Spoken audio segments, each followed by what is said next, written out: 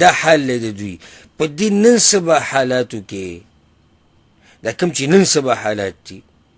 زه تاسو ته وایم راځئ یو څو منټه زما دې نصیحت له راکئ، خو ښه په غور او سوچ او فکر سره به زما دا خبرې واورئ. یو څو اهم وقفات، یو څو اهم بنیادي مسلې چې هغه نن سبا د هر مسلمان دپاره ضروري دي. اولنۍ خبره، دا عذابونه، دا مصیبتونه د اسې نه راځي، د دې وجه هغه زمونږ نافرمانیانې دي، زمونږ ګناهونه دي، هغه ګناهونه چې سحر او ماښام یې موږ کوو، هغه ګناهونه چې په پټ او په ښکاره کې یې موږ کوو. ظهر الفساد في البر والبحر بما كسبت أيدي الناس. دا د خلکو کړي دي چې کړي دي. وبل ځای کې الله وایي وما أصابكم من مصیبة فبما كسبت أيديكم. څه مصیبت چې تاسو ته رسي د ستاسو د لاسه الله وایي در رسي، ستاسو د کړو د لاسه داسې کېږي، ستاسو د عمل د لاسه داسې کېږي. نو دا خبره یاد ساتئ چې د ګناهونو اثرات یي، مصیبتونه راځي، عذابونه راځي، که هغه په کلیو کې، که په بانډو کې، که هغه په ښارونو کې، او هغه که په دریاب کې، او که هغه په وچه باندې. کله الله قحط سالي راولي، کله الله بیماریانې راولي، کله الله سیلۍ راولي، کله الله زلزلې راولي، کله الله طوفانونه راولي. دا ټول د څه دپاره؟ یو خو وجه یې دا ده چې د خلکو نافرماني، دویمه ده چې دا خلک راواپس شي الله ته. په سورة العنکبوت کې الله سبحانه وتعالی دا خبره کړې ده چې دا تیر شوي قومونه چې ما څومره م تباه کړي دي او عذابونه مې پرې راوستي دي، دا آیت په غور سره ګورئ واورئ ښه، په غور سره دا آیت واورئ. ولې الله سبحانه وتعالی دغه قومونه رانیولي دي؟ ولې په هغو باندې عذابونه راوستي؟ واوره، الله وایي فکلا اخذنا بذنبه. الله وایي هر یو ما د هغه د ګناه د لاسه رانیولی و. فکلا اخذنا بذنبه، الله وایي هسې زه څوک نه رانیسمه. هغه قوم ګناهونه کړي وو. فمنهم من ارسلنا عليه حاصبا ومنهم من اخذته الصيحه ومنهم من خسفنا به الارض ومنهم من اغرقنا. الله وی په بعضو باندې ما د کاڼو باران کړی دی، په بعضو باندې ما عذاب د چغې په شکل کې راوستی دی، بعض الله وی ما په ځمکه کې ننویستي دي، الله وی بعض مې په اوبو کې غرق کړي دي. بیا الله ډېره ناشنا خبره کوي، وما كان الله ليظلمهم ولكن كانوا أنفسهم يظلمون. او نو الله چې ظلم کړی وی په هغوی باندې، مګر و هغوی چې د خپلو ځانونو سره ظلم کوو. الله هغوی سره ظلم نه و کړی. که په د نوح علیه السلام په قوم عذاب راغلی دی، که د فرعون په قوم، که په عادیانو، که په سمودیانو، که د لوط علیه السلام په قوم، که په نمرود، که په قارون، که په هر چا راغلی، دې سړي ظلم کړی د خپل ځان سره. د خپل ځان سره ظلم څه دی؟ د خپل ځان سره ظلم دا دی چې یو انسان د الله هغه شریعت پرېږدي، هغه حدود، هغه پولې کراس کړي کومې چې د شریعت دي، او د الله احکامات شاته غوزار کړي، دا د خپل ځان سره ظلم وکړو، نو بیا د انتظار د عذاب کوي. رب العالمین د فرعونیانو په باره کې خبره کړې ده.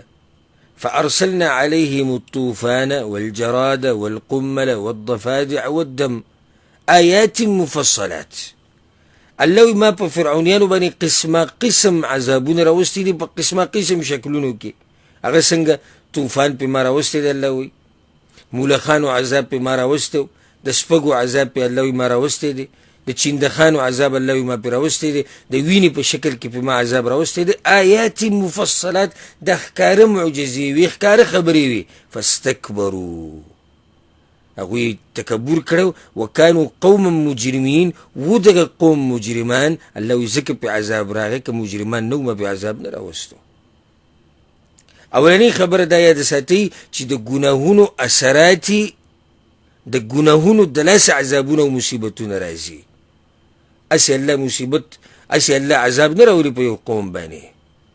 او زه که تاسو قرآن کولاو کوئ او حدیثونه کولاو کوئ نو زما دې تفصیل ته ضرورت نشته. ولې د ټول نه اول دا تپوس دی، ولې آدم علیه السلام د جنت نه راوتی و؟ ولې آدم علیه السلام د جنت نه راوتی دی؟ ولې بیبي حوا د جنت نه راوتی ده؟ خو الله ورته ویلي که نه چې دې ونې له به نه ځئ، دې ونې ته به نه نږدې کېږئ. هغوی چې چلو که ونې ته نږدې شو که نه، نتیجه سره ووته د جنت نه راووتو. دې ته سوچ وکئ، ولې زمونږ نیکه، ولې زمونږ پلار آدم علیه السلام د جنت ته راوتی دی، ولې بیبي حوا د جنت نه راوتی ده؟ ښه راشه وګوره ابلیس ته. ابلیس ولې الله شړلی دی د اسمانونو نه؟ ولې الله په ابلیس باندې لعنت ویلی دی؟ ولې الله ابلیس یو ملعون مخلوق ګرځولی دی؟ وجه یې دقه دی چې د الله یې ونه منله، سجده یې ونه لګوله، د هغې د لاسه الله د هغه هر څه نه وشړو چې هغه پکې و. ولې الله طوفان د نوح علیه السلام په قوم باندې راوسته و چې دا ټول یې تباه کړي و، سوای د هغه خلکو نه کوم چې نوح علیه السلام سره په کشتۍ کې و. ولې الله دا عذاب راوسته و؟ دا تپوس چېرته وکړئ که نه. هغه ناشنا طوفان، هغه عذاب چې د غرونو د څوکو ته اوبه رسېدلې وي، اخر ولې دغه عذاب راغلی و؟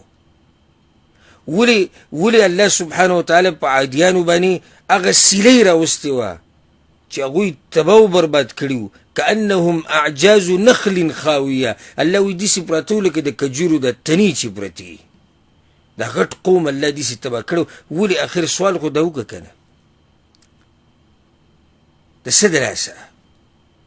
ولې الله په سمودیانو باندې هغه چغه راوستې وه چې د هغې د لاسه د هغوی زړونه ټوټې ټوټې شوي، زړونه یې چاودلي وو، مړه شوي وو په داسې مرګ باندې چې هغه یو ناشنا مرګ و تاریخ یاد ساتي. ولې د لوط علیه السلام په قوم باندې دا عذاب راغلی و چې کلی ټول اوچت کړی شوی و، اسمانونو ته رسېدلی و، تر دې چې ملایکو د سپو د غپا اواز هم اورېدلی و د هغوی د کلي کې چې کوم سپي و. او بیا پې الله دا کلی الټه کړو او کته یې راغوځار کړو، فجعل عالیها سافلها. ولې الله دا کلی الټه کړو په هغوی باندې او ټول یې تباه و برباد کړو، د کاڼو باران یې پرې راووړو؟ ولې اخر ولې؟ د دې څه تپوس پکار دی که نه. د شعیب علیه السلام په قوم باندې ولې هغه وریځ راله او د هغه وریځې نه الله په هغوی باندې اور راووروه؟ ولې د عذاب راغلی و په هغوی باندې؟ ما الذي اغرق فرعون وقومه في البحر؟ فرعون او دغه قوم ولې غرق شوي دي په اوبو کې؟ د څه د لاسه غرق شوي دي؟ وما الذي خسف بقارون وداره وماله واهله؟ قارون ولې په ځمکه کې ننوتی؟ په قارون ولې دا ځمکه وشلېده او هغه پکې سره د ماله لاړ او لاړ پکې؟ د دې خو څه وجه وه که نه؟ هغه ګناهونه وو. زما اولنۍ نقطه په دې بیان کې اهمه چې د دې عذابونو وجه هغه زما ستا د نافرماني ده. حالاتو ته وګورئ زمونږ که نه، تاسو دې حالاتو ته سوچ وکئ او بیا دې عذاب ته وګورئ. زه درته یو حدیث بیانومه، تاسو به حیران شئ، ورب الکعبه حیران به شئ. امام ابن ماجه، امام حاکم دا حدیث راوړی د عبدالله بن عمر رضی الله عنهما نه، وی اقبل علینا رسول الله صلی الله علیه وسلم فقال، وی پیغمبر صلی الله علیه وسلم یو پیر موږ ته مخ راواړو او دا خبره وکړه. ډېرې خبرې پیغمبر صلی الله علیه وسلم په دغه حدیث کې کړي دي، خو یوه یې پکې دا کړې ده، زه تاسو ته هغه بیانومه. لم تظهر الفاحشة في قوم قط حتى يعلنوا بها. کله چې یو قوم فحاشي شروع کړې ده او د فحاشي بیا راښکاره کړې ده خلکو ته، فحاشي کوي پټه کوي، نه پټه نه ده، فحاشي ښه ښکاره په ټیویانو باندې، په نټ باندې، په مجلسونو کې، په لارو کوڅو کې. د حدیث هغو کې ما چې تاسو به حیران شئ، إلا فشى فيهم الطاعون والأوجاع التي لم تكن مضت في أسلافهم الذين مضوا. الله به په دوی کې داسې وباګانې او داسې بیماریانې راوباسي چې د دوی پلار نیکه هغه نه پېژندې. دا نن سبا چې کوم بیماري راغلې د کورونا وایرس، دا مشرانو پېژندو؟ دا کمې بیماریانې چې نن سبا د دې نه علاوه راوتي، دا نوي نوي بیماریانې راوځي، دا زموږ مشرانو پېژندې؟ هغوی ته څه پته وه دې باره کې؟ نه هېڅ پته نه وه. وجه څه ده چې دا بیماریانې رالې؟ څه د لاسه رالې؟ ما تاسو ته ووایي که نه چې دا بیماریانې د ګناهونو د لاسه راځي. پیغمبر صلی الله علیه وسلم وایي چې کله یو قوم کې فحاشي عامه شي، راشي زموږ حالاتو ته، راشي زموږ خادیانې وینه او هغې کې فحاشۍ ته وګوره، راشه زمونږ ټیویان وینه او پای کې فحاشۍ ته وګوره، راشه ډیشونو او ډرامو او فلمونو ته وګوره، راشه د ځوانانو الکانو د جنکو حالاتو ته وګوره چې تا ته پته ولګي چې د قوم کې فحاشي څومره په عروج باندې ده. د زنانو حال وینه، د ځوانانو حال وینه، فیسبوک وینه او دا ټیک ټاک وینه او دا واټساپ وینه او توبې به وباسي. توبې د انسان د غوږونو باندې لوګی وځي چې کله دا حالات ویني.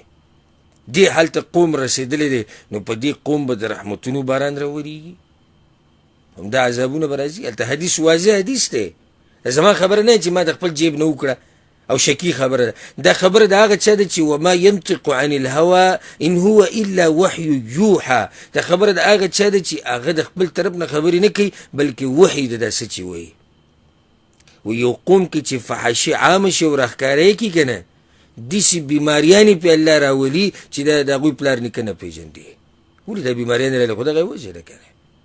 فحش فلمونه، فحش تصویران، فحش ډرامې، دا هر څه نن سبا عام دي، تر دې چې ماشومانان هم تیم خبر دي. ما خبره دې پورې راوسته، د حدیث مې دې لپاره تاسو ته بیان کړو چې د دې ګناهونو اثرات دي، او په هغه اثراتو کې یو اثر دا دی چې دا عذابونه، دا بیماریانې راځي.